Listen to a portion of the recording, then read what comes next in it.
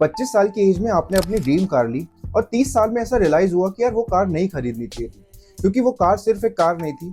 उसको लेने के लिए आपने अपने फ्यूचर की मैक्सिमम वेल्थ कॉम्प्रोमाइज कर दी और जिसका रिटर्न क्या मिला? जीरो। आज मैं कार की बात नहीं कर रहा हूँ, मैं बात कर रहा हूँ डिसीजन की, जो 25 साल की एज में लगता है यार बहुत सही है, बट 30 साल में ऐसा रियलाइज होता है कि बहुत खराब डिसीजन ले लिया। मैं बात कर रहा हूँ 5 साल के उस विंडो की, जिसमें आप अपना पैसा इन्वेस्ट करके कंपाउंडिंग का फायदा उठा के कई गुना ग्रो कर सकते हो, और जिसको आपने एक कार खरीदने के लिए कॉम्प्रोमाइज कर दिया। और सबसे इंपॉर्टेंट बात क्या है, ये मैथ आपको कभी भी फील नहीं होती जब तक आप वो टेन्योर जी नहीं लेते हो।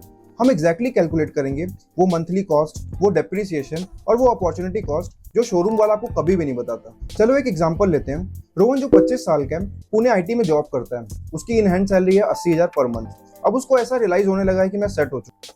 उसने सोशल मीडिया पे देखा, उसका एक कलीग है जिसने हुंडई क्रेटा स्पोर्ट्स ले लिया है। उसने इंस्टाग्राम पे स्टोरी लगाई, लाइक्स आए, कमेंट्स आए। उसको भी किसी ने एडवाइस किया, भाई तू भी तो ईएमआई पे ले सकता है। रोहन ने सोचा, यार 8,000 की ईएमआई तो है, मैं 80,000 पर मंथ कमाता हूँ, इसलिए उसको अफोर्ड कर सकता हूँ। और यहीं से शुरू होता है वो मैथ जिसको हम इग्नोर करते हैं। ये सिर्फ रोहन की स्टोरी नहीं है, ये हर एक उस इंसान की स्टोरी है जो 25 साल की एज में और अभी अभी सेट हुआ है और सैलरी आने लगी है। इंडिया में ऑटो लोन बहुत तेजी से ग्रो किए हैं, जिसमें 25 से 32 साल की एज ग्रुप के लोग सबसे ज्यादा है जिन्होंने कार लोन लिया है, और एवरेज लोन टेन्योर है 7 साल का। 7 साल का मतलब है आपका 20s का पूरा डिकेड एक गाड़ी के नाम रहेगा। अब समझते हैं कि एक्चुअली में खर्चा कितना आता है। रोहन ने 12 लाख की एक गाड़ी खरीदी, जिसका 20% डाउन पेमेंट किया, 2.5 लाख रुपए अपनी सेविंग से। बाकी के 9.5 लाख की ईएमआई बांध ली 9.5% इंटरेस्ट रेट से 7 साल के लिए, और उसकी मंथली ईएमआई बनी 15,800 पर मंथ।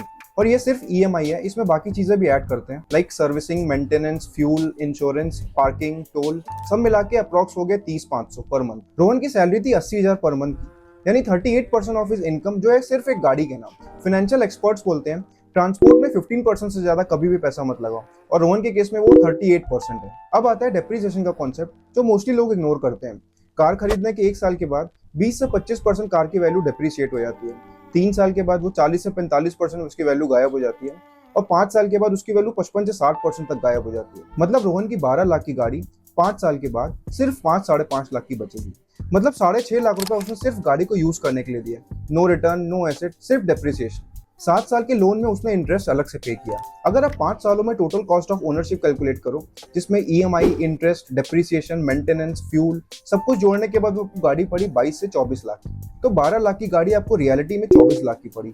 अब आते हैं इस गाड़ी की अपॉर्चुनिटी कॉस्ट पे, जो आप गाड़ी खरीदने से पहले कभी नहीं सोचते हो। रोहन की जो पर मंथ 30,500 की ईएमआई थी, अगर वो गाड़ी लेने के बजाय इंडेक्स फंड में इन्वेस्ट करता 5 सालों के लिए, जिसका एवरेज सीएजीआर होता है 12% एनुअली, तो उसका कॉर्पस होता 5 सालों के बाद 25 लाख। 5 साल में रोहन की वेल्थ में जमीन आसमान का फर्क आएगा, सिर्फ इसीलिए कि उसने स्टेटस को पहले चुना स्टेबिलिटी के बजाय। अगर ये पैसा वहीं रहता और 5 साल और कंपाउंड होता, तो 10 साल के बाद उसकी वेल्थ हो जाती 60 लाख। मतलब एक कार लेने के डिसीजन ने उसका पोटेंशियली 55 से 60 लाख का फ्यूचर खा लिया।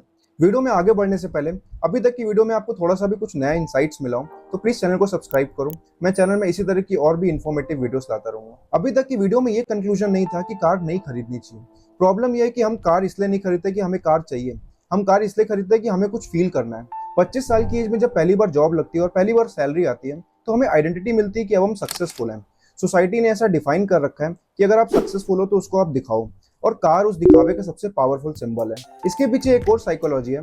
जब भी आप कोई लग्जरी आइटम खरीदते हो, तो आपके ऊपर एक इनविजिबल सा प्रेशर आता है कि आपको बाकी चीजें भी अपग्रेड करनी है। जब भी आप अपनी ड्रीम कार लेते हो, तो उसमें और भी कस्टमाइजेशन करवाते हो, नए टायर्स लगवाते हो, बेटर साउंड सिस्टम लगवाते हो, कार एक्सेसरीज हो गई, और आपकी वीकेंड ट्रिप्स भी बढ़ जाती हैं। इसीलिए कार खरीदने के एक डिसीजन से आपकी पूरी लाइफस्टाइल इन्फ्लेट हो जाती है। एक चीज और है, अगर आप 25 साल में गाड़ी नहीं खरीदते हो, तो 30 साल में एक्चुअली आप बेटर कार अफोर्ड कर पाते हो, कैश में, बिना लोन के, क्योंकि आपने अपने पैसों को 5 साल कंपाउंड करने दिया है। तो रेस ये नहीं कि आपको गाड़ी कब खरीदनी है, रेस इस चीज की है कि आपको पहले स्टेबिलिटी खरीदनी है कि स्टेटस खरीदना है। और अगर आप मैथ वाइज जाओगे तो हमेशा स्टेबिलिटी जीतेगी। इंडिया में अगले 5-7 सालों में क्या होने वाला है, ईवी मेन स्ट्रीम हो जाएगी, और पेट्रोल की गाड़ियां 2030 तक और तेजी से डेप्रिशिएट करेंगी। मेट्रो का एक्सपेंशन हो रहा है, पुणे, हैदराबाद और बेंगलोर जैसे सिटीज में पब्लिक ट्रांसपोर्ट और ज्यादा बेटर होंगी। वर्क फ्रॉम होम कल्चर आने से गाड़ी की डेली नीड्स ऑलरेडी कम हो रही है। अब राइड शेयरिंग और सब्सक्रिप्शन मॉडल आ गए हैं, जिसमें गाड़ी की ओनरशिप होना एक ऑप्शनल चीज है।